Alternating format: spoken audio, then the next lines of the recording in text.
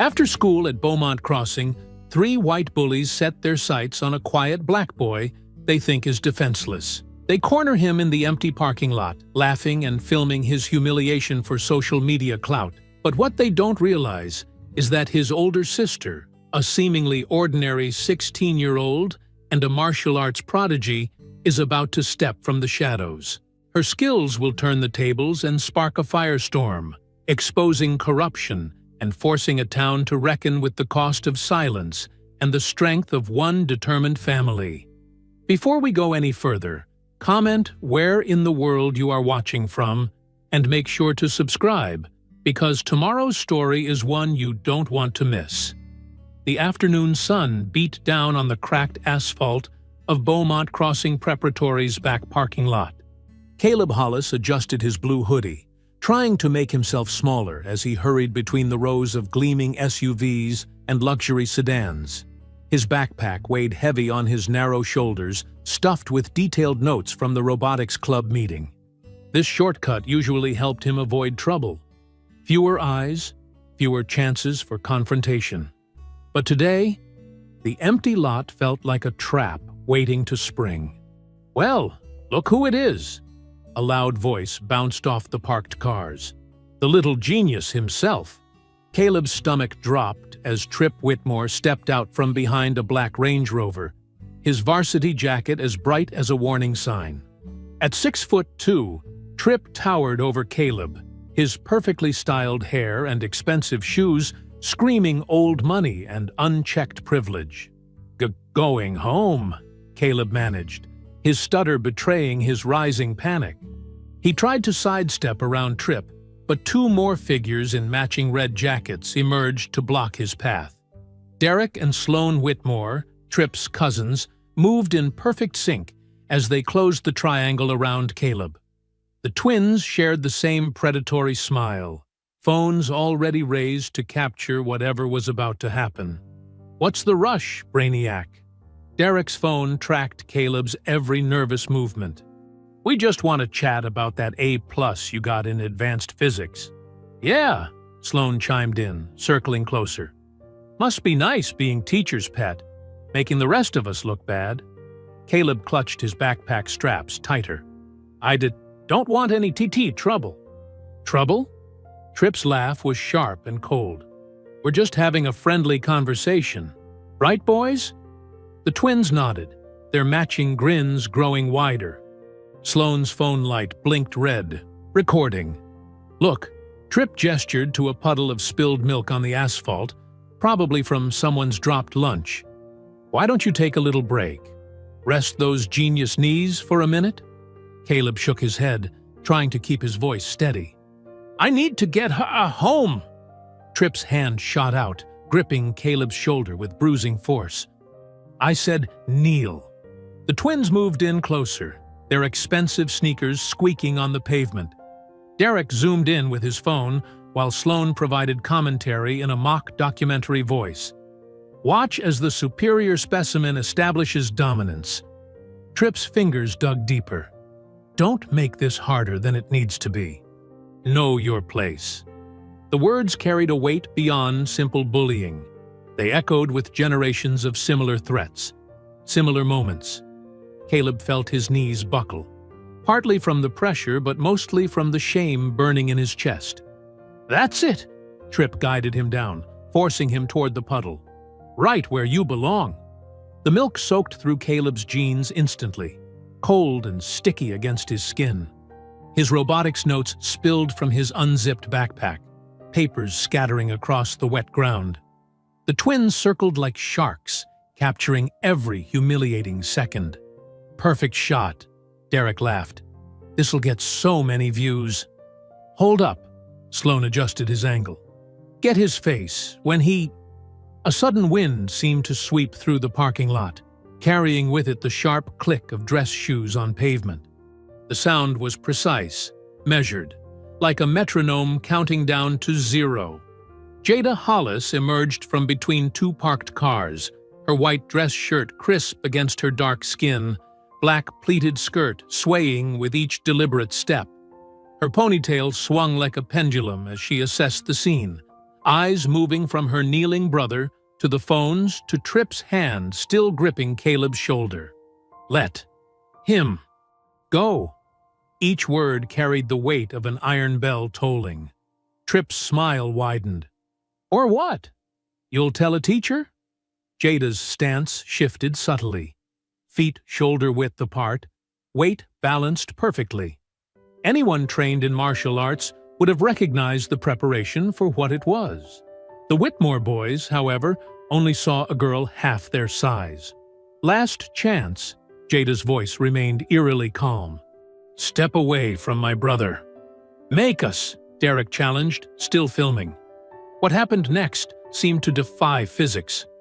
Jada moved like flowing water, each motion precise and inevitable.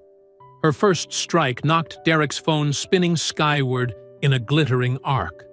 Before it reached its peak, she had already disabled Sloan with a lightning-fast joint lock that left him gasping. A girl named Luna, previously unnoticed behind a nearby car, caught Derek's phone out of the air. Without missing a beat, she turned it on the unfolding scene, capturing every second of what came next.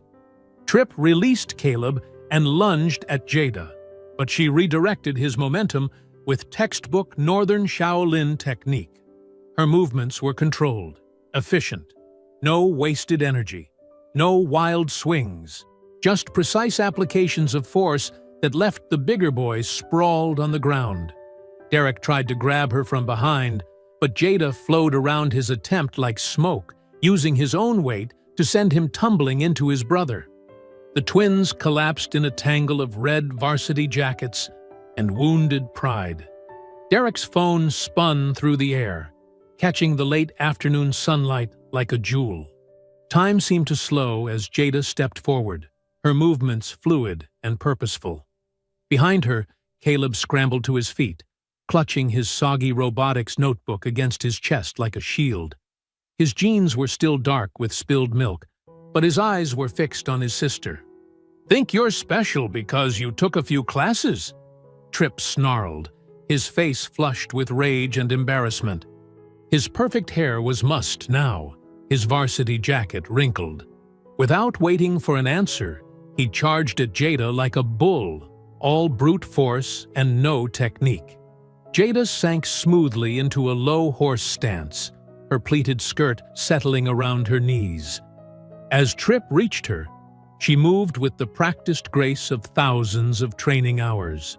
Her parry was almost gentle, redirecting his force in a circular motion that left him grasping at air. In one continuous movement, she pivoted, using Tripp's own momentum against him. His eyes widened in shock as his feet left the ground. The next instant, he slammed onto his back with a heavy thud that knocked the wind from his lungs. Derek, still staring at the space where his phone had been, spotted a discarded lacrosse stick near one of the parked cars. He snatched it up, gripping the aluminum shaft like a weapon. "You're gonna pay for that phone?" He swung the stick in a wild arc aimed at Jada's head. But she was already moving, flowing like water inside his guard. Her hands found his wrist with surgical precision, applying pressure to exactly the right points. Derek's fingers sprang open involuntarily, releasing the stick before it could complete its arc. In the next breath, Jada executed a textbook armbar.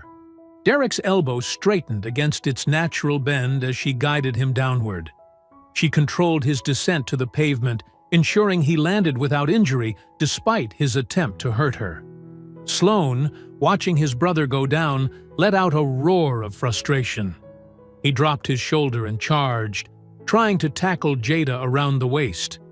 But she read his intention before he'd taken 2 steps.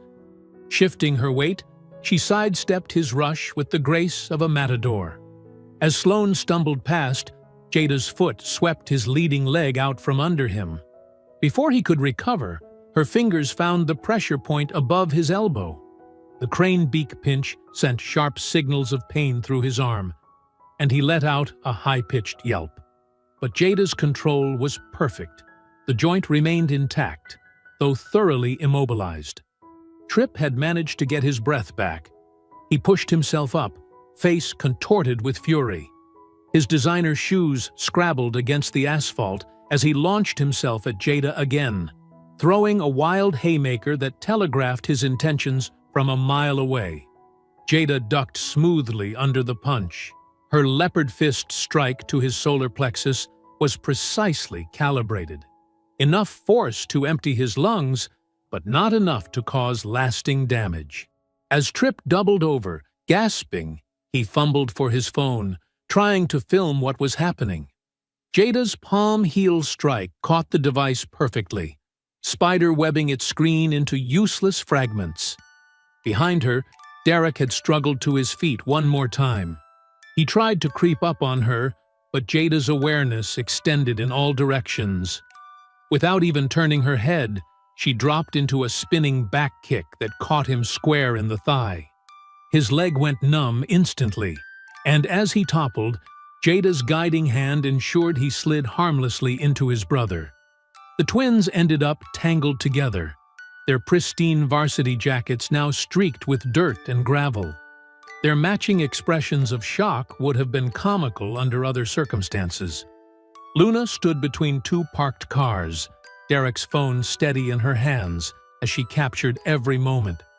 "Oh my God!" she breathed, her amazement clear in her voice. Jada straightened up, her breathing as calm and measured as if she'd just finished a light workout. Her eyes swept the parking lot, checking for any other threats. Finding none, she moved to Caleb's side and placed a reassuring hand on his shoulder. In the sudden quiet, police sirens wailed in the distance, growing louder as they approached down Oakmont Street. Luna lowered the phone, her face serious. "They'll want this," she said softly, holding up the device that had captured everything. Jada nodded once, reaching down to retrieve her satchel from where she'd set it aside. "Stay behind me, Caleb," she said, her voice steady and certain. "This isn't over yet." The first police cruiser turned into the lot, its red and blue lights painting the scene in alternating colors. Sunlight glinted off the scattered fragments of Tripp's shattered phone screen and the puddle of spilled milk, silent witnesses to a confrontation where skill and discipline had prevailed over blind aggression. Later, in the warm familiarity of the Hollis living room, Jada carefully cleaned the scrapes on Caleb's knees, while Mama D hovered nearby, her hands twisting her apron with worry. Meanwhile, on Luna's social media feed, the video she'd titled "Sister Strikes Back" racked up thousands of views. Comments poured in, praising Jada's incredible restraint and precise technique. A notification pinged on both Jada and Caleb's phones. An email from school administration announcing a disciplinary hearing scheduled for first thing tomorrow.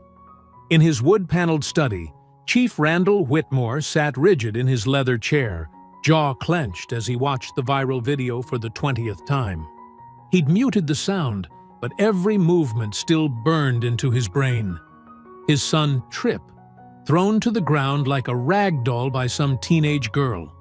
The timestamp in the corner showed over 50,000 views, and climbing.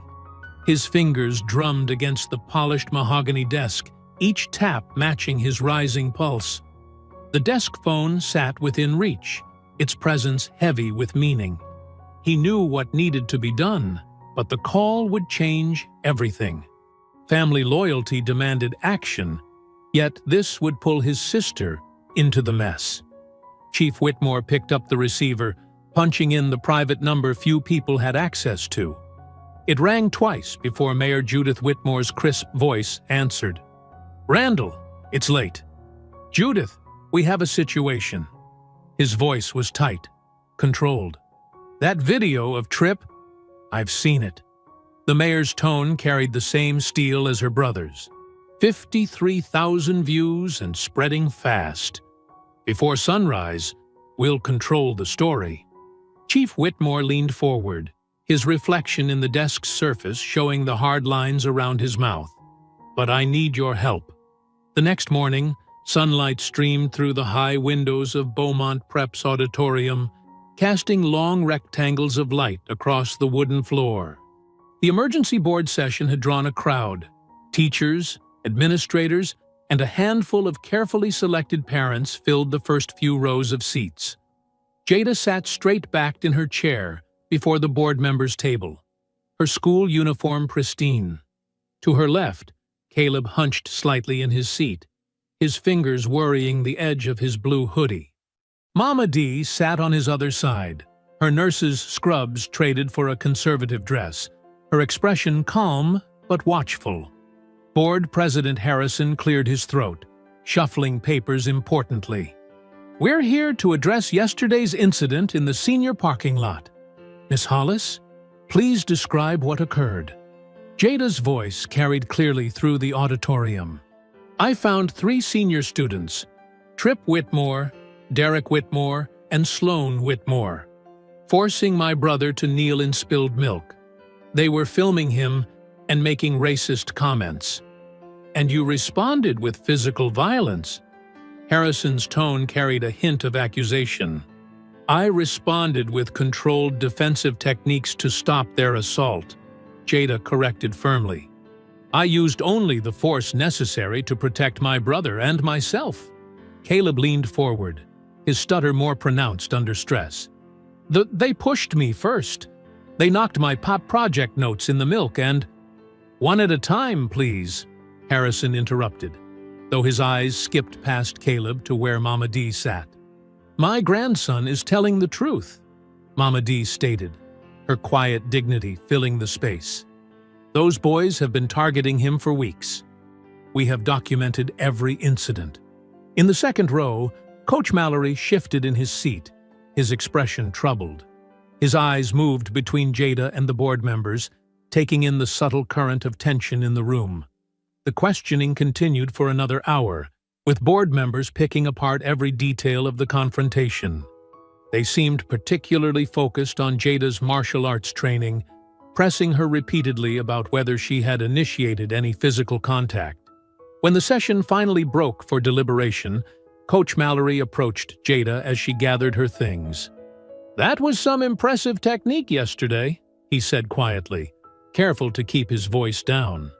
"Clean transitions, perfect control, exactly how we train it." Jada nodded cautiously, aware of the eyes watching them. "Thank you, Coach." Mallory glanced around before slipping something from his pocket, a small thumb drive.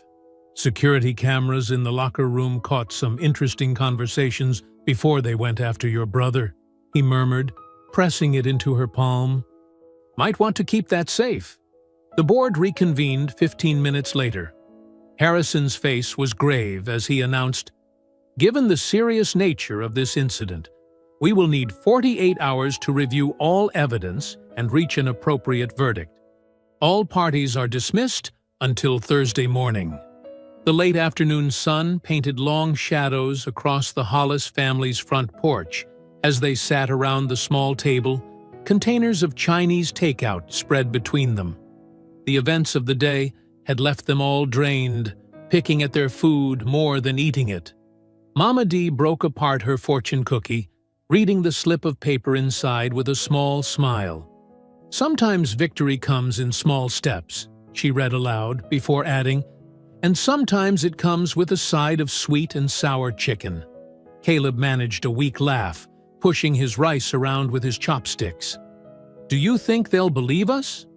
"They have to," Jada replied, though her eyes tracked the police cruiser that rolled past their house for the second time in 20 minutes. The headlights swept across their porch, lingering just a moment too long before the vehicle continued down the street. Mama D reached across the table, squeezing both her grandchildren's hands.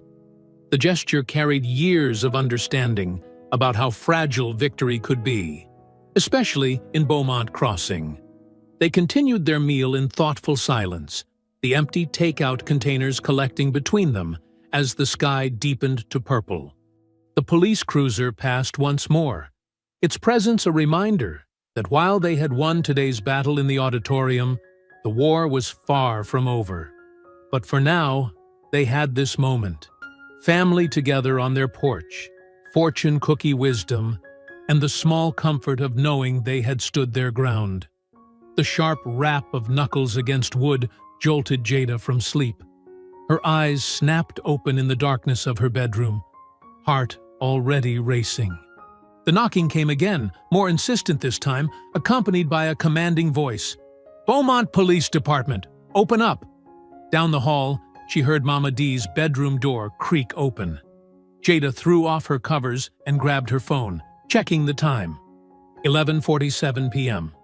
Through her window, red and blue lights pulsed against the neighbor's white siding. "Coming!" Mama D called out, her voice steady despite the late hour. Jada hurried into the hallway just as Caleb emerged from his room, rubbing sleep from his eyes, his blue hoodie wrinkled from bed. "What's happening?" he whispered, his stutter more pronounced with fear. Before Jada could answer, heavy footsteps thundered up their front porch steps. The knocking became a pounding that seemed to shake the whole house. Mama D reached the front door in her flower print robe, Jada and Caleb close behind her. The moment Mama D opened the door, 3 officers pushed their way inside, flashlight beams cutting through the dim living room. Behind them, the night air carried the sound of more police cars arriving. "Caleb Hollis?" The lead officer's hand rested on his holster as he fixed his gaze on the 13-year-old. "You're under arrest." "What?" Jada stepped forward, but another officer blocked her path. "On what charges?" "Assault with bodily fluids," the officer replied, already reaching for his handcuffs. "We have video evidence of him spitting on 3 students during yesterday's altercation." Mama D's voice cracked like a whip. "That's a lie. Those boys attacked him." "Ma'am, step back," the 3rd officer warned, creating space for his colleague to approach Caleb. "We have a warrant." Caleb's eyes went wide with panic. I never—" His stutter worsened as the officer grabbed his arm. "Don't touch him!" Jada moved to intervene, but Mama D caught her arm. "Baby, don't," she whispered urgently. "They're looking for a reason." Through the open door, Jada spotted Chief Whitmore standing beside his department SUV, watching the scene unfold. Even in the darkness, she could see the satisfaction in his stance. The officers began reciting Caleb's rights as they led him toward the door. His small frame looked even younger in his rumpled sleep clothes, hands now cuffed behind his back. "We need to see this supposed video evidence," Mama D demanded, following them onto the porch. "You can't just take a child in the middle of the night." One of the officers produced a tablet, playing a grainy clip that showed yesterday's confrontation from a new angle. The footage had been clearly edited, choppy and dark, but appeared to show Caleb making a spitting motion toward the Whitmore boys before Jada arrived. "That's not what happened." Jada's fists clenched at her sides. "They edited that footage." "The video speaks for itself," the lead officer stated flatly. "You can contest the evidence at the hearing." They watched helplessly as the officers guided Caleb down the porch steps. He looked back once, eyes shining with tears in the police lights. "Jay?" His voice was small, frightened. "I'm coming with you," Mama D declared, already heading for her car. "He's a minor. You can't question him without a guardian present." The lead officer nodded curtly. "Follow us to the station." Jada started after them, but Mama D turned back. "Stay here, baby. Call Mrs.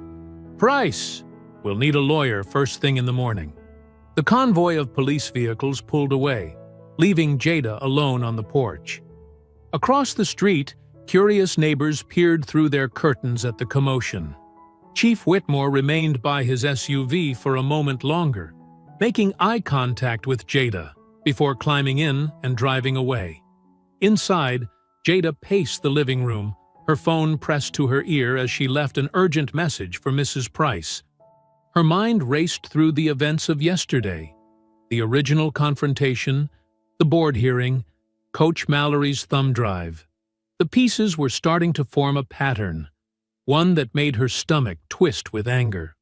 20 minutes later, she stood outside the police station, staring through the glass doors at the harsh fluorescent lighting within. The night dispatcher barely glanced up as Jada entered, pointing her toward a hard plastic chair in the waiting area.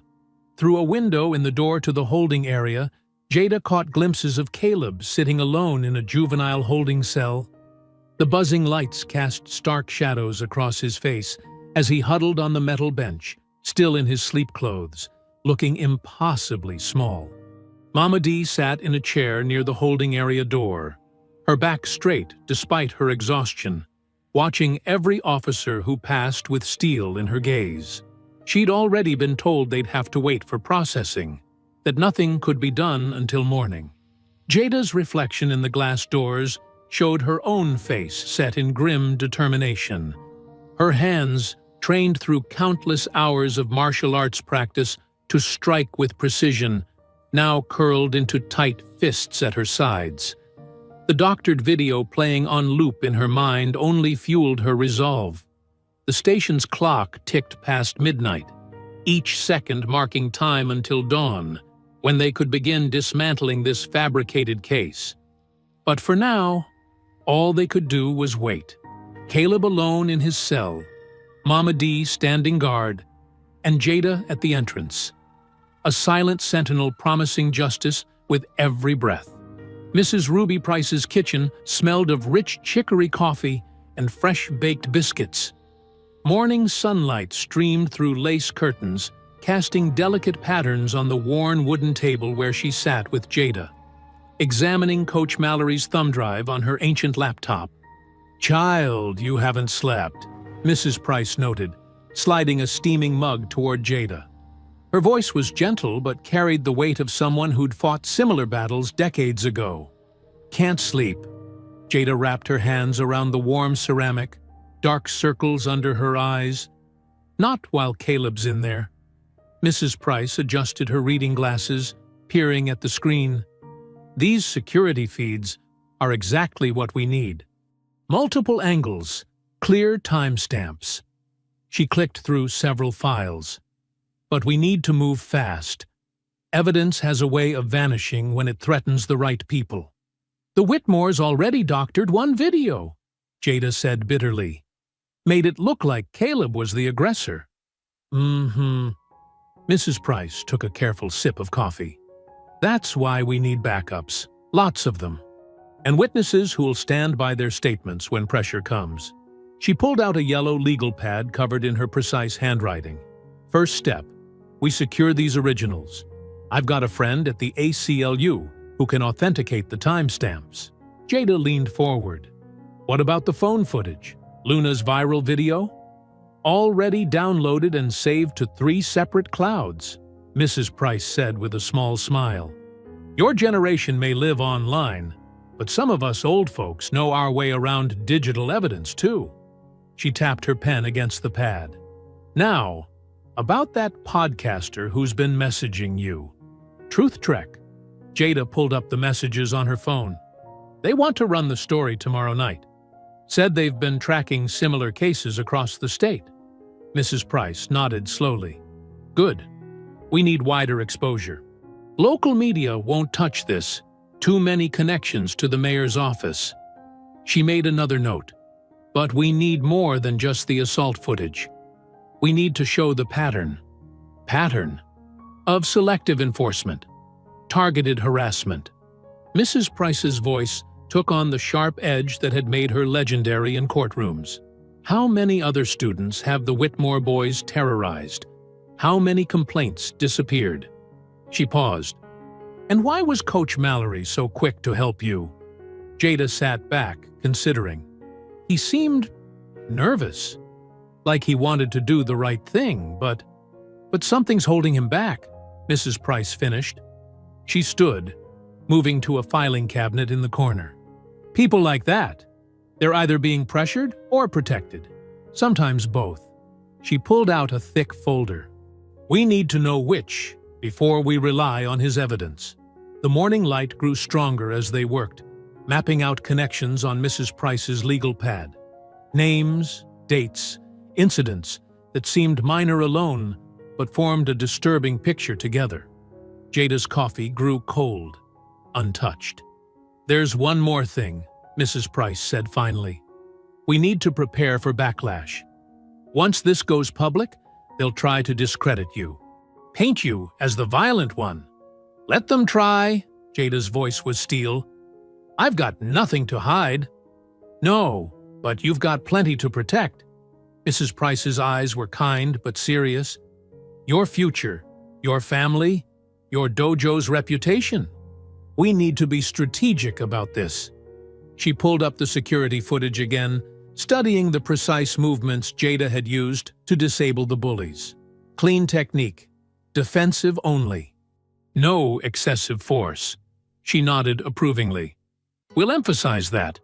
Show you were protecting your brother, using minimal necessary force. Jada's phone buzzed. Another message from Truth Trek, requesting additional background details.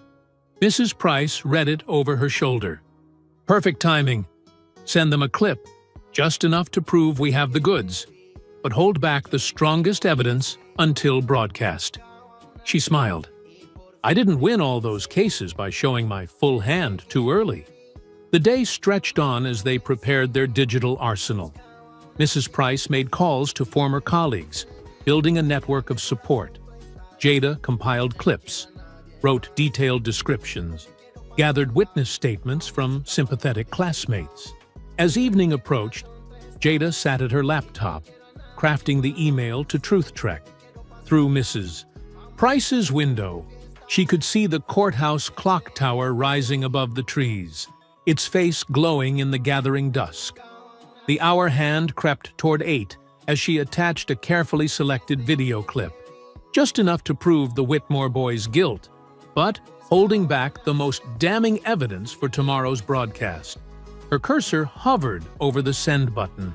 Across the table, Mrs. Price nodded encouragingly. Remember what I taught you about timing in court? Sometimes the strongest move is making them wait for what's coming. Jada clicked send. The courthouse clock chimed the hour, its deep tones carrying across the darkening town. She watched the email confirmation appear, knowing the next 24 hours would determine everything. For Caleb, for justice, for the truth they'd worked all day to protect. The morning air was thick with dew as Jada crouched beneath the football stadium bleachers. Metal creaked overhead as Coach Mallory's footsteps approached, his shadow cutting through the pre-dawn gloom. Had to wait until the security sweep finished, he whispered, glancing over his shoulder. His usual confident demeanor was gone, replaced by nervous energy. He pulled 2 small drives from his jacket pocket. Someone's already removing files. Started late last night, whole chunks of footage, just vanishing. Jada's hands were steady as she took the drives, but her heart raced. How much is left? Enough. Multiple angles of the parking lot incident, plus 6 months of hallway feeds. He checked his watch. But we need to hurry.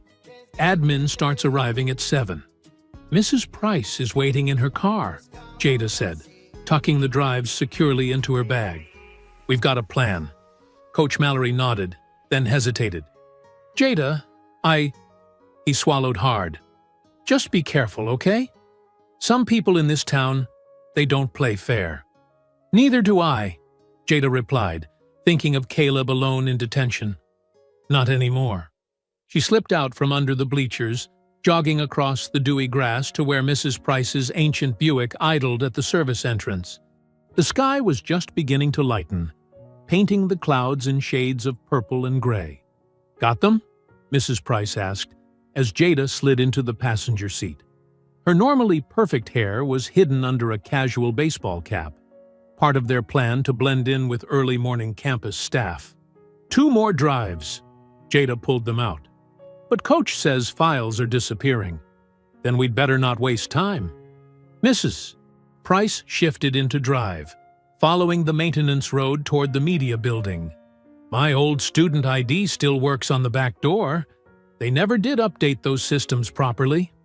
The campus was eerily quiet, empty, except for a few groundskeepers starting their morning rounds.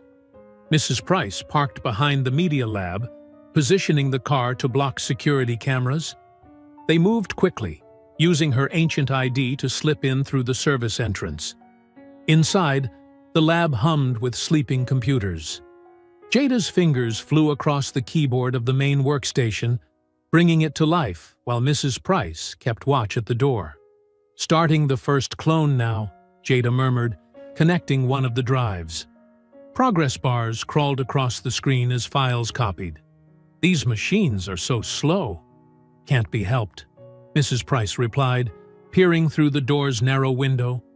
"Just be thorough. We need perfect copies." Minutes ticked by like hours. Jada created multiple backups of each drive, checking and double-checking the file integrity. Outside, the sky grew steadily brighter. "Car just pulled into the faculty lot," Mrs. Price warned. "Blue sedan. Looks like administration." "Almost done." Jada's fingers never stopped moving, labeling each backup with precise timestamps. 2 minutes. She was disconnecting the final drive when voices echoed in the hallway. Mrs. Price motioned her to freeze as footsteps approached, then passed by. They waited another 30 seconds before Jada quickly shut down the computer, wiping any trace of their work. They slipped out the same way they'd entered, walking unhurriedly to the car like they belonged there. The morning sun was fully up now, casting long shadows across the campus. "Next stop, my office," Mrs. Price said as they drove away. "Need to catalog everything properly before the handoff." They spent the next several hours in Mrs. Price's home office, documenting every file, creating detailed indexes, and preparing certified copies. The work was tedious but crucial, building an unbreakable chain of evidence. "Remember what I taught you about presentation?" Mrs. Price asked as they worked. "Evidence is only as good as your ability to authenticate it," Jada finished, carefully labeling another folder. Everything documented, witnessed, and time-stamped. Around noon, they broke for a quick lunch, sandwiches eaten over case files and legal pads. Mrs. Price's dining room table had become a command center, covered in papers and laptops. "Time to move these somewhere safer," Mrs. Price said, gathering the most crucial files into her briefcase. "My old paralegal Marcus. He's got a secure storage system that would make the FBI jealous." They drove across town to a small law office tucked between a bakery and a bookstore. Marcus, gray-haired but sharp-eyed, met them at the door. "Ruby," he greeted Mrs. Price warmly. "Been a while since you brought me anything this interesting." Inside his office, Marcus examined their documentation with professional scrutiny, nodding approvingly at their thoroughness. He input security codes on a wall safe that looked new enough to belong in a bank. "Nobody accesses these without both my authorization and a court order," he assured them, securing the drives and documents. "And I mean nobody." As they walked back to the car, Jada's phone buzzed. A message from Truth Trek lit up the screen. Segment confirmed for 7 p.m. Title, "Hidden Hand in Beaumont Crossing. Sending final questions shortly." Mrs. Price read the message over Jada's shoulder and smiled. "Perfect timing. Now we've got backup copies safe. Let them try to bury the truth." The afternoon sun blazed through the courthouse windows as Jada sat rigid in the cramped hearing room. Her school uniform felt stiff and uncomfortable after hours of waiting. Beside her, Mama D clutched her worn leather purse, knuckles white with tension. Caleb stood before the judge in his detention jumpsuit, looking smaller than his 13 years. His shoulders hunched forward, as if trying to disappear.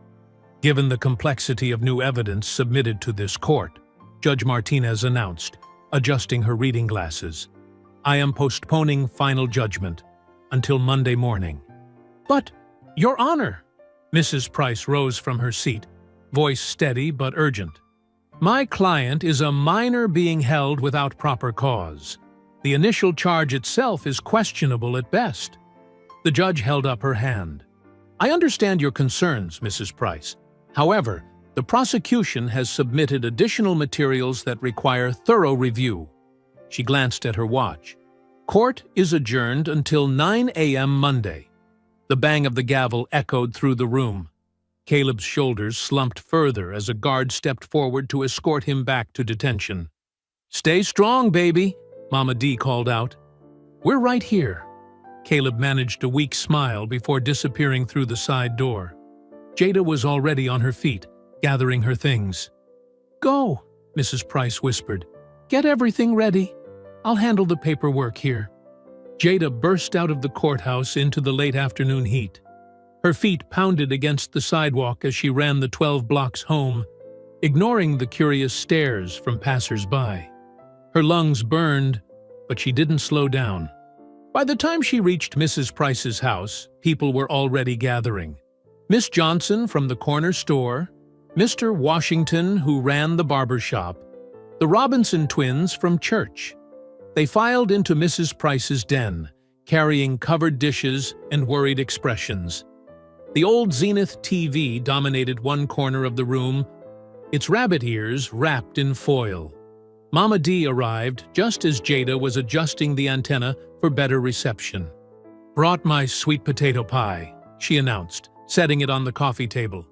Stress always makes people hungry. More neighbors squeezed in. Someone turned on the ceiling fan, but it barely stirred the humid air. The clock on the wall ticked toward 7. 5 minutes, Jada said, checking her phone. The Truth Trek podcast logo filled the TV screen, followed by the show's familiar opening music. The host's face appeared, serious behind thick-rimmed glasses. Tonight, we examine a disturbing pattern of racial intimidation and institutional cover-ups in the small Texas town of Beaumont Crossing. The room fell silent, except for the soft whir of the fan. On screen, security footage played in crisp detail. Tripp and his cousins surrounding Caleb, their aggression clear, even without audio. Then came the phone videos, showing multiple angles of the confrontation. The following clips have been authenticated by forensic experts, the host explained. Timestamps appeared in the corner of each frame, creating an undeniable timeline of events. Mrs. Washington gasped as they watched Tripp force Caleb to his knees. Mr. Robinson muttered something under his breath. But when the unedited footage showed Tripp deliberately spilling milk before shoving Caleb down, the whole room erupted. "There it is," Miss Johnson pointed at the screen. "Clear as day." The segment continued, methodically dismantling the official narrative. Documents flashed across the screen. Past complaints against the Whitmore boys, buried incident reports, patterns of selective enforcement. Jada's phone started buzzing with notifications. Social media was exploding. Justice for Caleb started trending locally, then regionally. Video clips were being shared thousands of times. Halfway through the broadcast, Mrs. Price burst through the door, waving her phone. "They're releasing him! Judge Martinez issued an emergency order." The room erupted in cheers. Mama D dabbed at her eyes with a tissue. "Thank you, Jesus," she whispered. "I'll drive," Mr. Washington offered, already reaching for his keys. "We can pick him up right now." 30 minutes later, they pulled up to the juvenile detention center. Caleb stood outside with a social worker, still in his jumpsuit, but clutching his release papers. When he saw Mama D, he ran straight into her arms. "My baby," she hugged him tight, rocking slightly. "My brave, brave boy." Jada wrapped her arms around them both, feeling Caleb's shoulders shake with silent tears. Around them, their small group of supporters formed a protective circle. Across town, in her wood-paneled office, Mayor Whitmore was already in damage control mode. Her elegant desk was covered in phones, all lines blinking. A dozen of Beaumont Crossing's wealthiest citizens sat in leather chairs, their faces grim. "This changes nothing," she assured them, her voice sharp despite her perfect smile. "We simply need to adjust our strategy." But her perfectly manicured nails drummed against the desk, the only sign that her confidence might be cracking. Saturday morning dawned crisp and clear. Jada moved through her northern Shaolin forms in the community dojo's front room, bare feet silent on worn mats. Early sunlight streamed through the high windows, catching dust motes in golden beams. Her muscles flowed from one position to the next. Snake creeps down, white crane spreads wings, cross hands. The familiar movements helped quiet her mind after yesterday's emotional roller coaster. Here, at least, everything made sense. Every action had a clear purpose and consequence. Master Chen watched from his usual spot by the tea station, nodding occasionally. At 72, he rarely demonstrated forms anymore, but his eyes missed nothing. "Your breathing is tense," he commented. "Center yourself." Jada adjusted her breath, letting it flow deeper into her belly. She was halfway through Golden Rooster stands on one leg when the dojo's front door burst open. Coach Mallory stumbled in, his usual confident stride replaced by jerky movements. His polo shirt was wrinkled, and dark circles shadowed his eyes. He looked like he hadn't slept. "Jada," he called out, voice hoarse. "I need to talk to you. Now." She held her stance for 3 more breaths, then bowed to Master Chen before stepping off the mat. Up close, Coach Mallory looked even worse. His hands trembled slightly as he ran them through his disheveled hair. "What's wrong?" Jada asked, grabbing her water bottle. "You look terrible." He glanced around the empty dojo. Master Chen had disappeared into the back office, giving them privacy. "They came to my house last night. 2 guys I've never seen before, but they knew things. Things about my gambling debts." Jada's stomach clenched. "What guys?" "Said they worked for Mayor Whitmore." Coach Mallory's voice dropped to a whisper. "They knew exactly how much I owe, who I owe it to. Said they could make it all go away, or make it much, much worse." "What did they want?" He slumped against the wall. "The original security drives, the masters I pulled from the locker room system. They knew I had them hidden at home." "But we already copied those files," Jada said. "Truth Trek aired them last night. They didn't care about the copies. They wanted the originals, the only ones that could prove chain of custody in court. Technical metadata that shows exactly when and where the footage was recorded." His hands were shaking harder now. "I had to give them up, Jada. They said they'd destroy me if I didn't." Jada's mind raced. Without the original drives, proving the footage's authenticity would be much harder. Copies could be questioned, dismissed as potentially altered. "Did they threaten you physically?" she asked. Coach Mallory shook his head. "They didn't have to. One of them just pulled out his phone and showed me pictures. Me placing bets, meeting with loan sharks. Then he showed me pictures of my daughter at college softball practice." He pressed his palms against his eyes. "God, I'm so sorry, Jada. I never meant to let you down like this." Before she could respond, the dojo's door chimed again. A thin man in a cheap suit entered, carrying a leather briefcase. "Jada Hollis?" he called out, scanning the room. "Yes?" He strode forward, extending a thick envelope. "You've been served.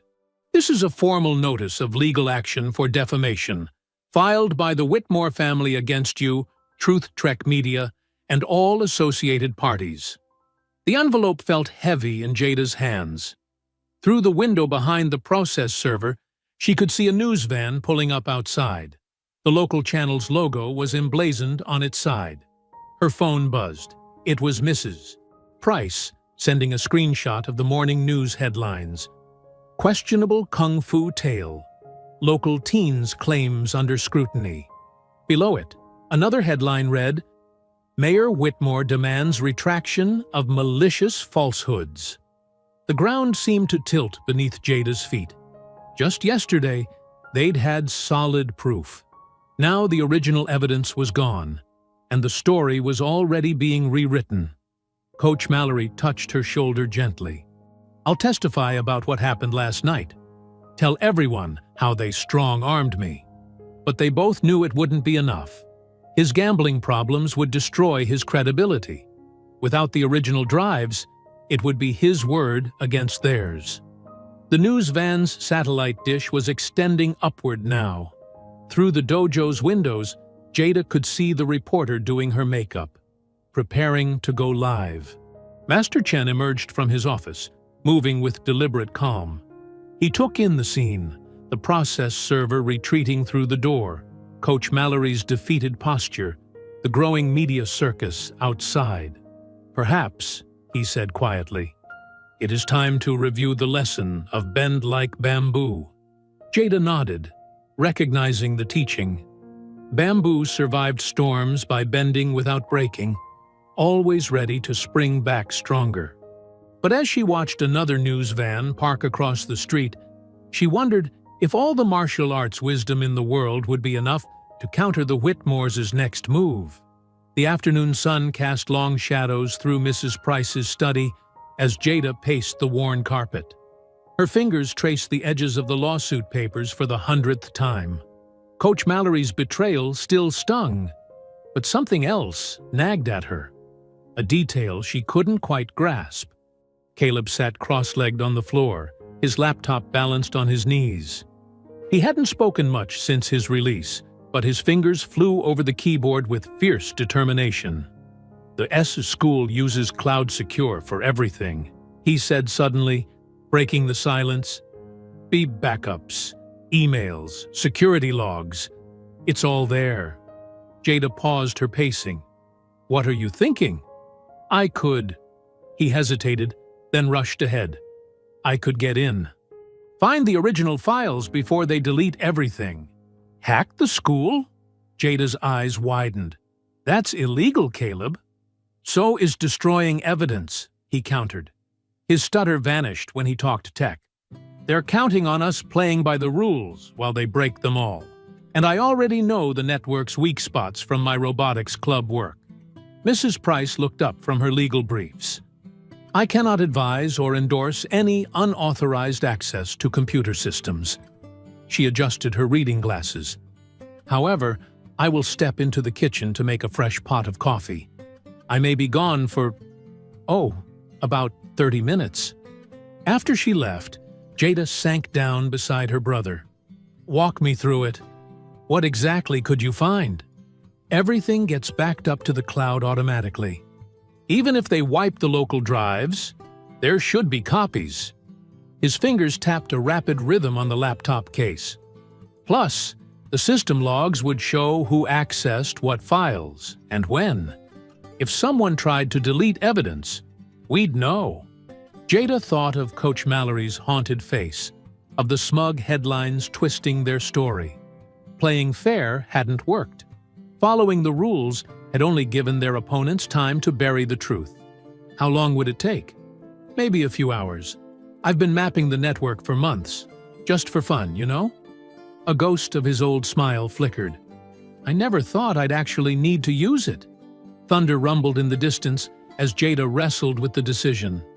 Breaking the law, even for the right reasons, went against everything she believed in. But watching Caleb's determined expression, she remembered him kneeling in that milk puddle, remembered the helpless fury as they led him away in handcuffs. "Do it," she said finally. "But be careful. If you think anyone's tracking you, I know how to cover my tracks." He was already typing, screens of code reflecting in his glasses. "Nobody will even know we were there." The storm drew closer as Caleb worked, thunder growing louder. Jada brought him water and snacks, watching in amazement as her little brother transformed. Gone was the nervous kid who stuttered under pressure. In his place sat a focused technician, muttering about encryption keys and access protocols. "I'm in," he announced after 2 hours. "But there's something weird. A hidden directory with restricted permissions. What's in it?" "Incident reports. Hundreds of them, going back years." His voice grew excited. "Look at this. Complaints against the Whitmores. All marked sealed by administrative action." Jada leaned closer. The screen showed page after page of PDF files, each labeled with dates and case numbers. As Caleb opened them, a pattern emerged. Students reporting harassment by Tripp and his cousins. Witnesses to bullying incidents. Even a few teacher complaints, all buried in digital obscurity. They've been covering for them for years, Jada breathed. Download everything. Lightning flashed outside as Caleb copied the files. Each crack of thunder made them jump, but he kept working. The printer hummed steadily, spitting out page after damning page. Mrs. Price returned as they sorted the documents into manila folders. She examined a few pages, her expression grim. This shows a clear pattern of institutional protection. The school board would have had to actively suppress these complaints. And the mayor's signature is on half the sealing orders, Jada noted. It's not just about Tripp anymore. The whole system is corrupt. Caleb finished labeling the last folder. What do we do with all this? Thunder rattled the windows as Jada stacked the evidence into her backpack. Through the study's bay window, she could see the courthouse dome silhouetted against the stormy sky. Tomorrow, she said, everyone sees this. A brilliant fork of lightning illuminated the courthouse's classical facade, its pillars stark white against the dark clouds. For a moment, the building seemed to glow from within, as if truth itself was trying to break free. Mrs. Price began organizing copies, her movements precise and purposeful. The room fell quiet, except for shuffling papers and rolling thunder. They worked steadily, racing against both the storm and time itself, knowing that tomorrow would change everything. The old grandfather clock in the hall struck midnight as they finished. Jada zipped her backpack carefully, feeling the weight of truth inside. Through the window, another lightning flash caught the courthouse dome, and she thought of justice, not the sanitized version the Whitmores preferred, but real justice, raw and undeniable as the storm itself. The Civic Center's main hall buzzed with tension. Every folding chair was filled, and people lined the walls 3 deep, fanning themselves against the stuffy heat. News vans crowded the parking lot outside, their satellite dishes reaching skyward like metal flowers. Jada stood at the back, her backpack heavy with evidence. Mrs. Price squeezed her arm gently. "Remember," she whispered, "stay calm no matter what. That's how they'll try to discredit you, by making you look unstable." "I know." Jada's fingers traced the zipper of her backpack. She'd dressed deliberately today.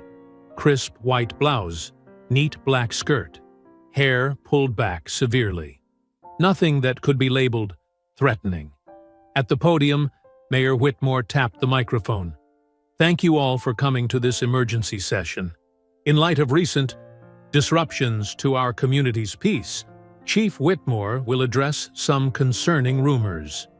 Phones throughout the crowd tilted up as the chief approached the podium. He cut an imposing figure in his dress uniform, medals gleaming under the fluorescent lights. "Good afternoon," he began, voice practiced and smooth. "I know many of you have seen various social media posts claiming misconduct by our youth. Let me be clear. These allegations are not only false, but dangerous." Murmurs rippled through the crowd. Jada spotted Luna near the front, phone held high. Live streaming. Perfect. "What we have here," the chief continued, "is a disturbing pattern of escalation by certain individuals who refuse to accept the proper channels of authority. They spread doctored videos, make unfounded accusations, and even resort to violence." "That's a lie." Jada's voice carried clearly across the hall. Heads turned as she moved forward, each step measured and deliberate. "And I can prove it." Chief Whitmore's expression hardened. "Young lady, this is not an open forum. Please return to your seat." "No." Jada kept walking, pulling papers from her backpack. "Everyone needs to see this. Years of covered-up complaints against your son and nephews, your signature on the suppression orders, the real security footage you tried to destroy. "Security!" the chief barked. "Remove her!" But Jada was already halfway to the podium, holding the documents high. "It's all here! Dated, signed, and verified. Your whole system of protection for bullies and racists." Phones swiveled to follow her. The live stream count on Luna's screen ticked up rapidly. 100, thousands, tens of thousands. "This is your final warning," Chief Whitmore growled. His hand moved to his belt. "What are you afraid of?" Jada demanded. "The truth, that everyone will finally see." The chief's hand slammed a red button on the podium. Instantly, piercing alarms filled the air. Emergency strobes cast wild shadows as people jumped up in confusion. "Active threat protocol!" Whitmore shouted over the noise. "Clear the building!" Before Jada could react, 2 officers tackled her from behind. Her papers scattered across the floor as they drove her to the ground. She didn't resist. She'd expected this. Instead, she turned her face toward Luna's camera and spoke clearly. "Check the school's cloud-secure archives. It's all there.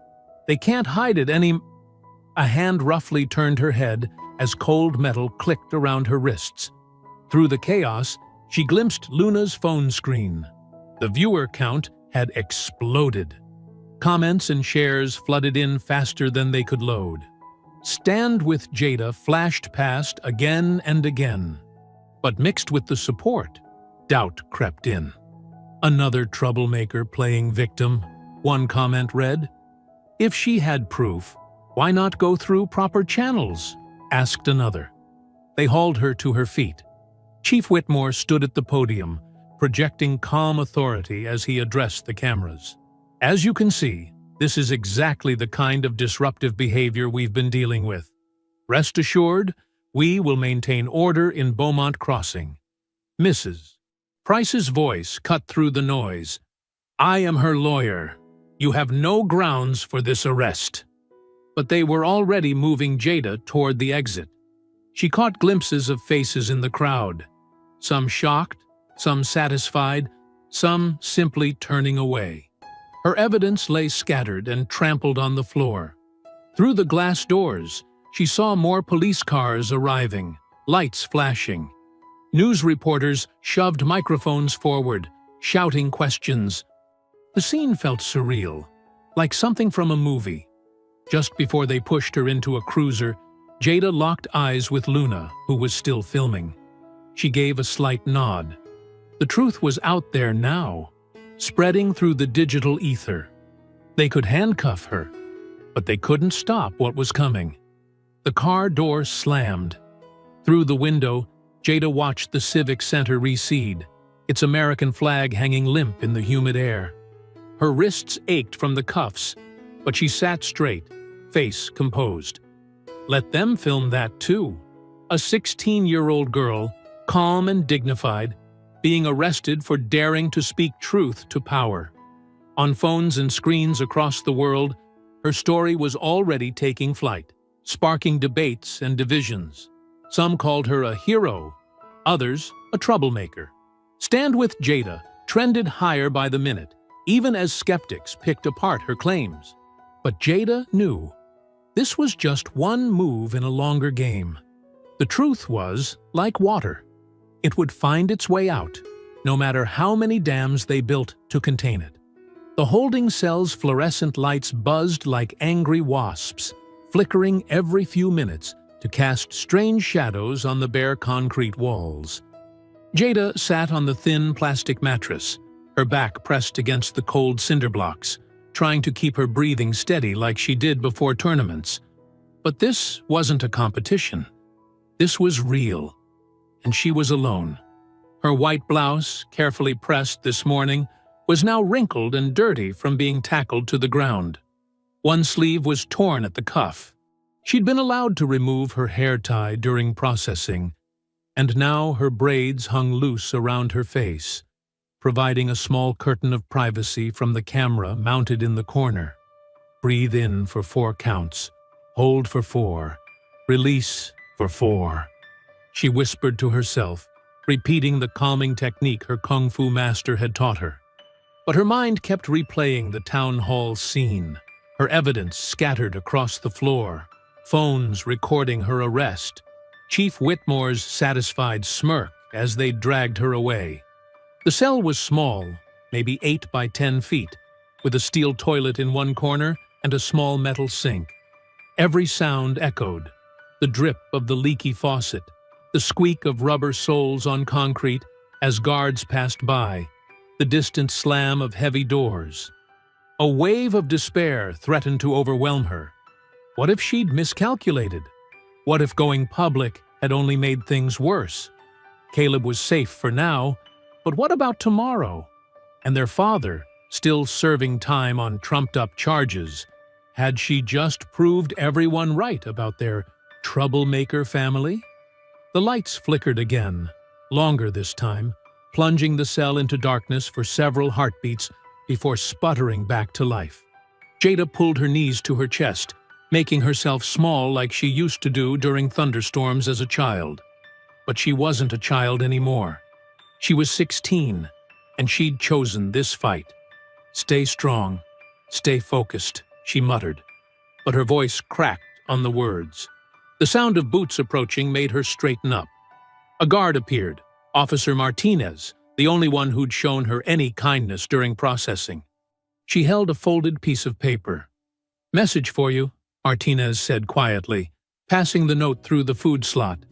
"Your lawyer's coming at 3. Jada's fingers trembled slightly as she unfolded the paper. Mrs. Price's elegant handwriting filled the small square. "Hold fast. Help is coming. Remember Fannie Lou Hamer? We've been in darker cells than this." Fresh tears pricked at Jada's eyes, but these were different from the ones she'd been fighting back all night. Mrs. Price hadn't abandoned her. She wasn't alone. The next hours crawled by like molasses.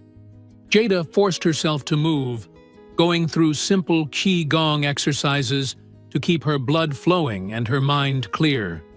Horse stance, bow stance, cat stance, holding each position until her muscles burned, then flowing into the next. The familiar movements helped center her, even in this unfamiliar space.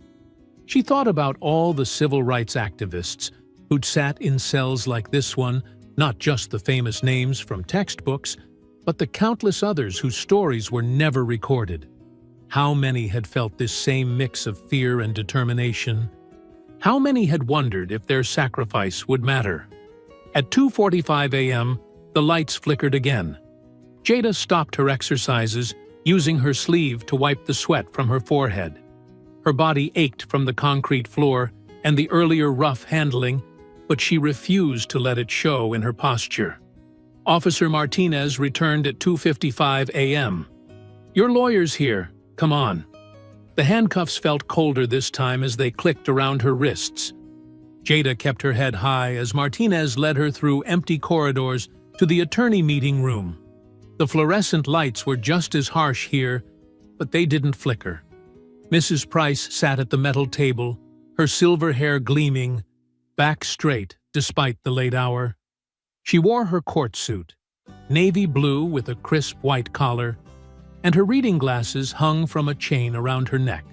The sight of her familiar, dignified presence made Jada's throat tight. "Those handcuffs aren't necessary, officer," Mrs. Price said firmly. "My client is a 16-year-old honor student, not a dangerous criminal." To Jada's surprise, Martinez nodded and removed the cuffs without argument. "I'll be outside," she said, closing the door behind her.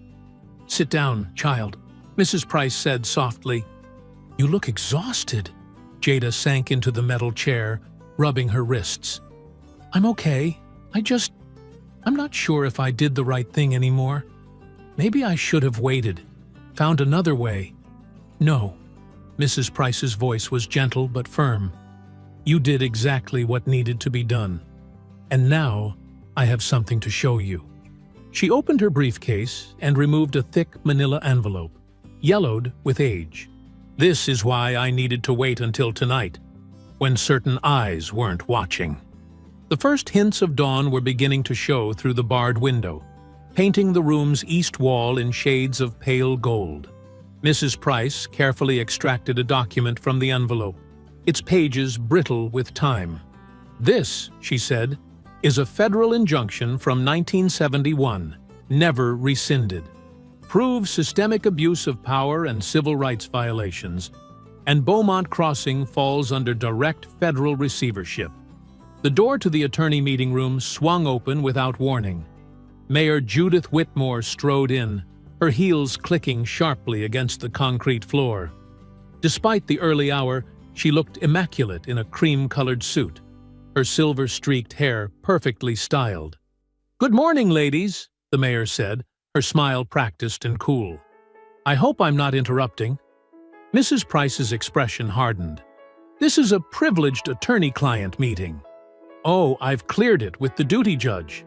Mayor Whitmore pulled out the third chair and sat down, smoothing her skirt. "I'm here to offer an olive branch." Jada stayed silent, studying the woman who'd helped orchestrate her family's harassment. Up close, she could see the careful makeup covering dark circles under the mayor's eyes. Someone else had been having a long night, too. "Beaumont Crossing is hurting," Mayor Whitmore continued. "Social media wars, protests brewing, neighbors divided. We need healing. Unity."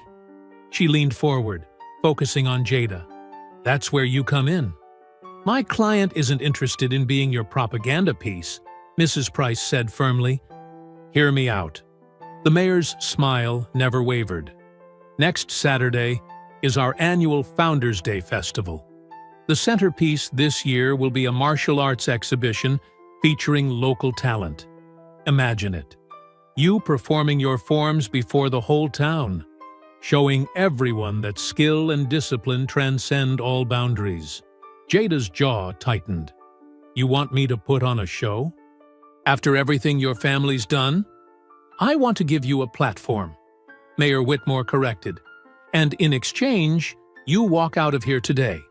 All charges dropped. Caleb's record completely expunged." Mrs. Price started to object, but Jada touched her arm.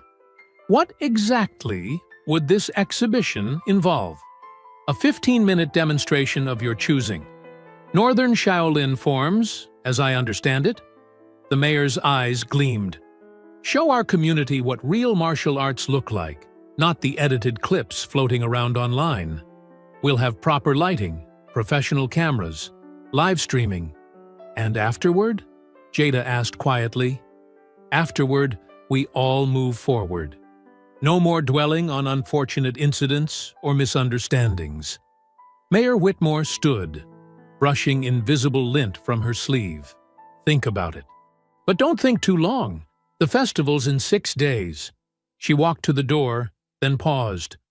"Oh, and naturally, this conversation never happened. Official channels only from here on out." With another practiced smile, she was gone. Mrs. Price waited until the clicking heels faded before speaking. "It's a trap." "Of course it is," Jada's voice was steady. "But it's also an opportunity. Child, they're trying to control the narrative. Put you on display like some circus act to prove there's no real problem here." "I know." Jada straightened in her chair. "But they're giving us exactly what we need. A spotlight." Mrs. Price studied her face for a long moment. "You're planning something." "Maybe." Jada allowed herself a small smile. "But first, I need to get out of here. Can the fluorescent lights in Mrs. Price's office hummed as Jada, Caleb, and the attorney gathered around the oak conference table. Stacks of legal documents and technical diagrams covered every inch of the surface. A wall clock ticked steadily, marking time until Saturday's showdown. "Let's go through this one more time," Mrs. Price said, adjusting her reading glasses. "Every role needs to be crystal clear." Caleb pulled out his laptop, fingers flying across the keyboard. "I've mapped the festival grounds Wi-Fi networks. 3 access points we can use for backup streams if the main connection gets cut." He reached into his backpack and produced a pair of ordinary-looking glasses. "These look normal, but they've got a micro camera built into the bridge." He handed them to Jada. Try them on. Jada slipped the glasses onto her face. They felt slightly heavier than regular frames, but not enough to be noticeable. How's the fit? Perfect. Caleb tapped a few keys. The camera's streaming now. Look around the room. On his screen, a crystal-clear video feed showed Mrs. Price's office from Jada's perspective. Every document, every face, every detail captured in high definition. The feed goes straight to an encrypted cloud server, Caleb explained. Even if they grab the glasses, they can't stop the upload. And I've got 3 backup locations copying everything in real time. Mrs. Price nodded approvingly. What about audio? Built-in microphone near the earpiece. Range is about 20 feet for clear voice pickup. A soft knock interrupted them. Coach Mallory slipped inside, still in his coaching gear, looking haunted. Dark circles ringed his eyes, and his usual confident posture was gone. I had to come, he said quietly. What I did, helping them cover this up. I can't live with it. Mrs. Price gestured to an empty chair. Sit down, Samuel. You're doing the right thing now. The coach sank into the chair. They've got me by the throat with these gambling debts, but seeing what they did to these kids. He looked at Jada and Caleb. I'm ready to tell everything. Caleb produced another device from his bag, a slim wire with a flesh-colored adhesive patch. This will record everything during the festival. The battery lasts 12 hours. Coach Mallory took the wire with trembling hands. Where do I wear it? Under your shirt collar, Caleb demonstrated. The adhesive patch goes on your chest. Just remember not to shower with it on Saturday morning. The coach nodded. What exactly do you need me to record? Everything, Mrs. Price said firmly. Every conversation, every instruction from the mayor or the chief. But most importantly, stay close to Tripp and his cousins before Jada's demonstration. We need to catch whatever they're planning. A quiet knock pattern, 3 short, 2 long, signaled the arrival of State Trooper Martinez and her partner. They entered silently, closing the door behind them. The warrants are signed and sealed, Martinez reported, patting her jacket pocket. Judge Henderson was very interested in the evidence packet we showed him. Her partner added, We'll have plainclothes officers scattered through the crowd. First sign of trouble, we move. Jada stood, stretching muscles tight from sitting. I need to practice. The demonstration has to look perfect, or they'll know something's wrong. Go, Mrs. Price waved her toward the door. But be careful at the dojo. They're probably watching. Dawn found Jada in the community center's back lot, working with a heavy sandbag. Sweat darkened her t-shirt as she practiced chi-na holds, martial arts techniques designed to control without injury. Each movement had to be precise, each lock perfectly placed. The sandbag swung. Jada caught it, redirecting its momentum into a joint lock that would immobilize but not harm. Again and again she drilled, until every motion was muscle memory. Across town, festival workers raised banners and assembled stages. Sound technicians tested speakers while vendors set up booths. Mayor Whitmore stood at the main platform, rehearsing her speech about unity and progress. Together, we prove that Beaumont Crossing stands united, she practiced, unaware of the sealed warrants waiting to be served. In Mrs. Price's office, Caleb ran final checks on all the streaming connections. Coach Mallory tested his wire, voice shaking as he recorded a detailed confession about the mayor's role in the cover-up. State troopers memorized positions and signals. The afternoon sun began its slow arc toward the horizon. Jada stood in front of her mirror at home, making sure every detail was perfect. Her white dress shirt, freshly pressed. Black pleated skirt, knife-edge creases sharp. Hair pulled back in a tight, neat ponytail. The camera glasses settled perfectly on her nose. She touched the small scar on her knee from childhood kung fu training. Years of discipline, thousands of hours of practice had prepared her for this moment.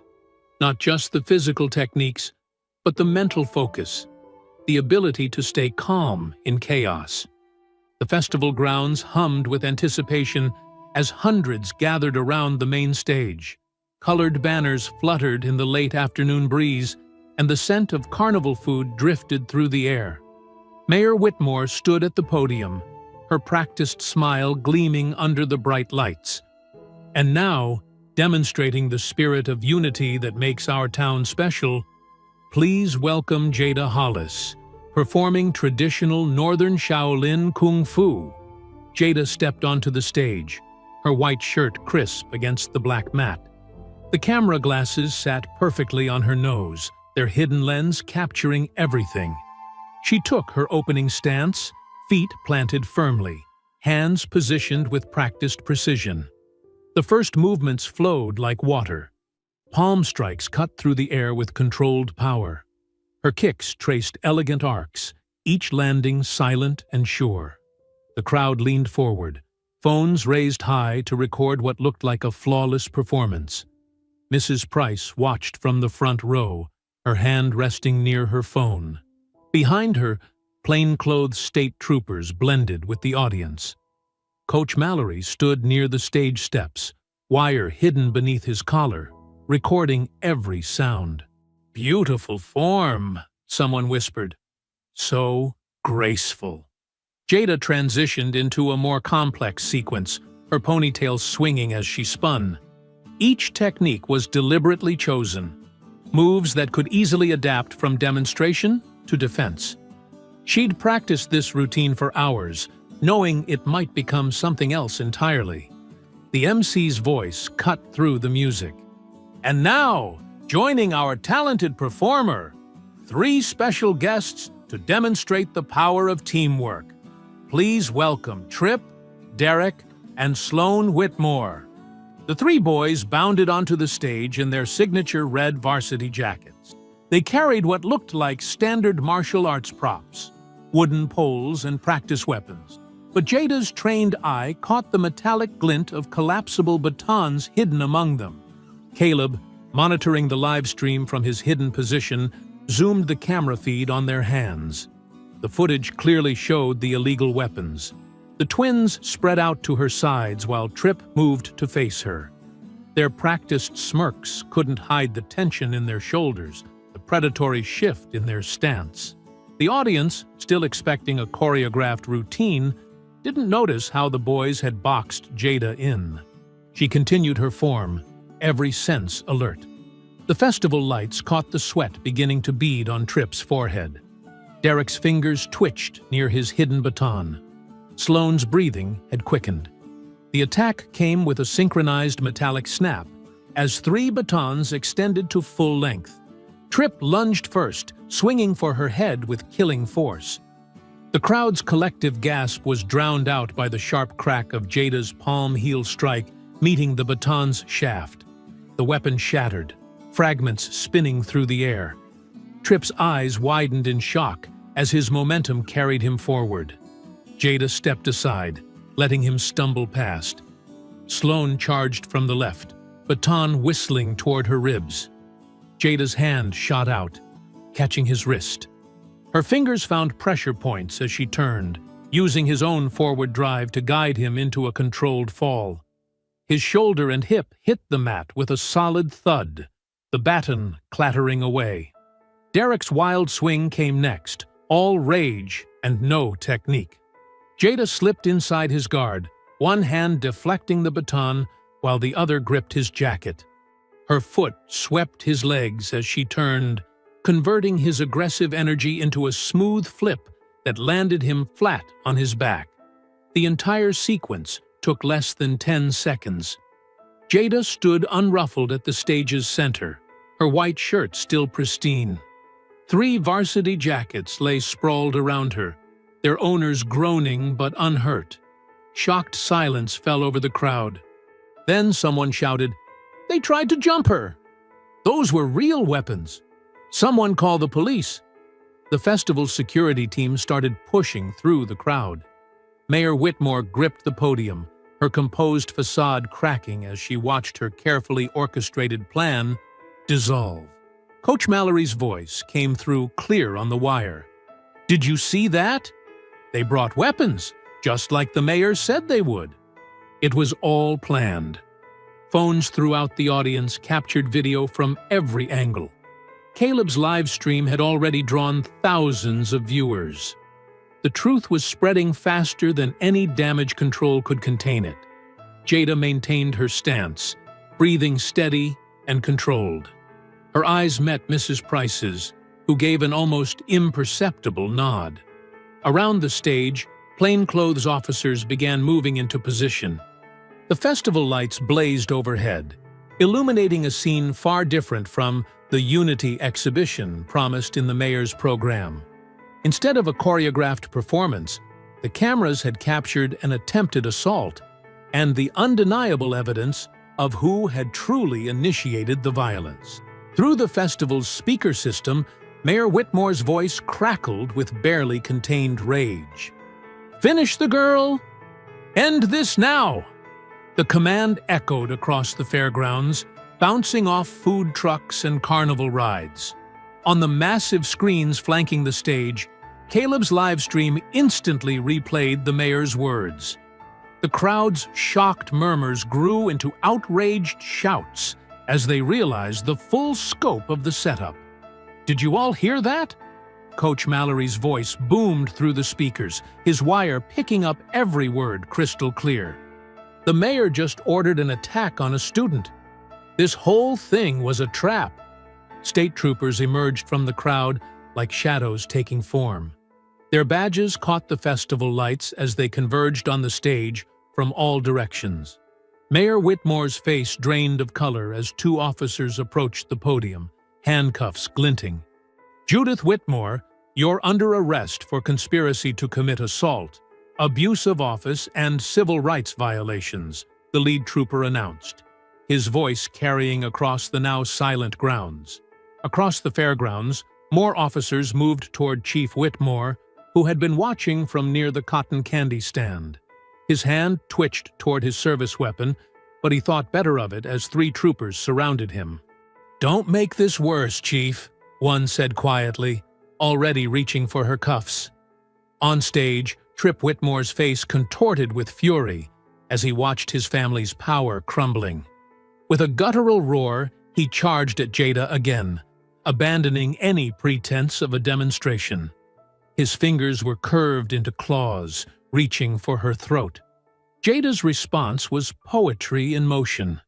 She pivoted on her back foot, her body coiling like a spring.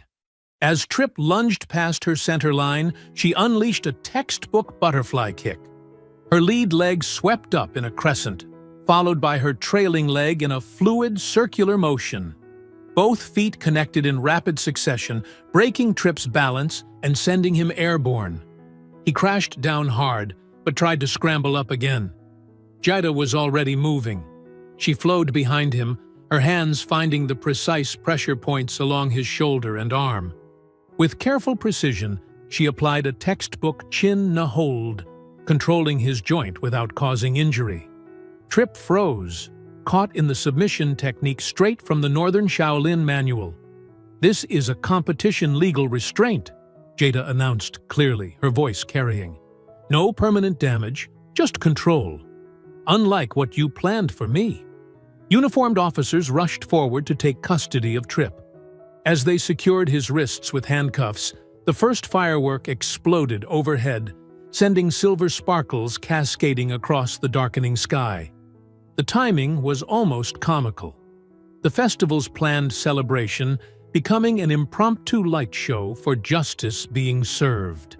More fireworks burst above them, red, gold, and blue starbursts that illuminated the scene below. The crowd's cheers swelled with each explosion, drowning out even the thunderous pyrotechnics. Parents lifted children onto their shoulders for a better view. Phones recorded everything, live streams carrying the moment across social media. Derek and Sloan, still nursing their bruised egos and bodies from Jada's earlier defense, were quietly taken into custody. Their red varsity jackets, once symbols of untouchable privilege, now looked garish under the festival lights and flashing police units. Mrs. Price stood at the stage's edge, her phone still recording as she spoke with state investigators. Coach Mallory removed his hidden wire, handling it carefully to preserve the evidence. Caleb emerged from his hiding spot, laptop tucked under his arm, a satisfied smile playing at his lips. The festival grounds, which had been decorated with banners proclaiming unity through tradition, now hosted a different kind of unity. Black and white residents stood shoulder to shoulder, their cheers mixing together as they watched decades of corruption finally face consequences. Near the lemonade stand, Mama D dabbed at her eyes with a handkerchief. "Lord, if your father could see this," she whispered, pulling both grandchildren close when they reached her. "He will," Jada said firmly. "We'll show him the video when we visit next week. And soon, we'll have the evidence to get his case reopened too." The fireworks continued overhead, but few were watching them now. All eyes were on the procession of police vehicles leaving the festival grounds. The mayor's carefully maintained composure had cracked completely as she was guided into a state police car. Chief Whitmore stared straight ahead as another cruiser carried him away. The Whitmore twins huddled in the back of a third vehicle, their varsity jackets stark against the black interior. Tripp was the last to be let out, his swagger replaced by shocked disbelief. As he passed Jada, she met his eyes calmly. "A real warrior knows that true strength comes from protecting others," she said clearly, "not from hurting them." He looked away first. The crowd began to disperse, but not before many stopped to shake Jada's hand or pat Caleb's shoulder. Their phones still captured every moment, ensuring that this night would live on in countless social media feeds and news reports. Luna, who had filmed the original video that started everything, pushed through to hug them both. "This is even better than the first viral hit," she said, wiping away tears. "This is real change." I hope you enjoyed that story. Please share it with your friends and subscribe so that you do not miss out on the next one. In the meantime, I have handpicked 2 stories for you that I think you will enjoy. Have a great day.